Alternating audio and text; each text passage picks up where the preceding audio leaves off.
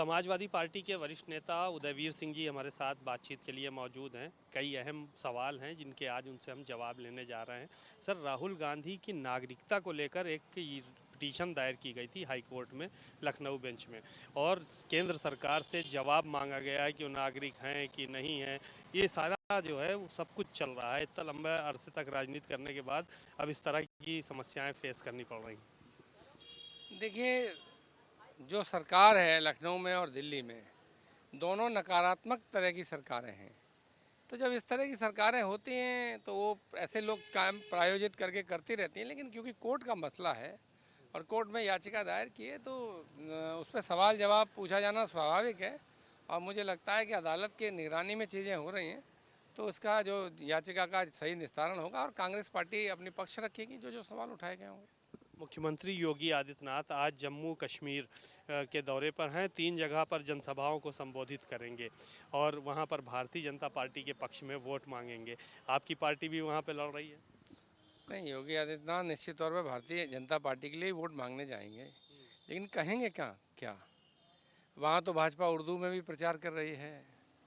योगी जी का जो एजेंडा रहता है वहाँ तो उसके विपरीत भारतीय जनता पार्टी प्रचार कर रही है, सिलेंडर बांट रही है, सारी सारे तरह के वादे जिसको कांग्रेस या दूसरी पार्टियों की कहती थी अपीजमेंट है, वही सारे काम भारतीय जनता पार्टी वहाँ कर रही है।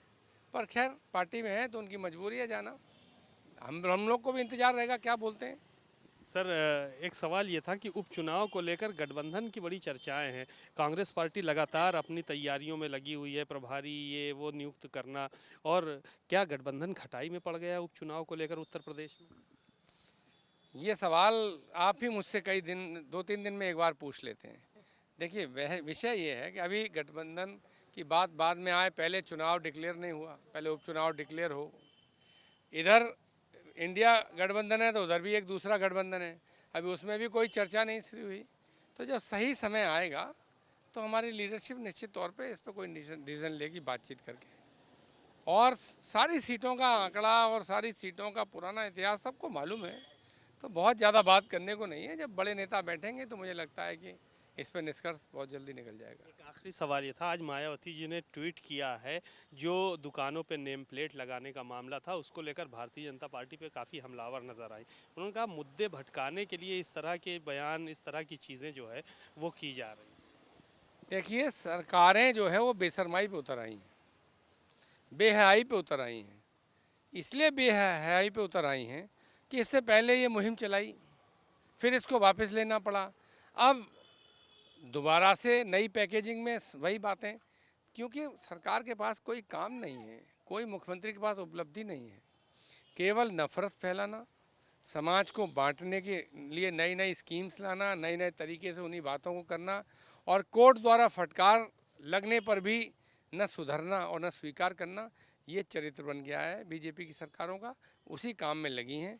उनका उद्देश्य कोई जनहित नहीं है, उनका उद्देश्य केवल और केवल किसी न किसी तरीके से कोई न काटो बांटो जो नारा देते हैं, जो भाषण देते हैं, बस वही एकमात्र काम है जिसमें सरकार लगी हुई है।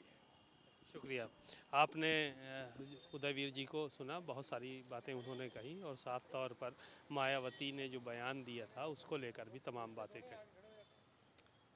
कैमरामैन रोहित के साथ सीमा नकवी, भारत समाचार, लखनऊ।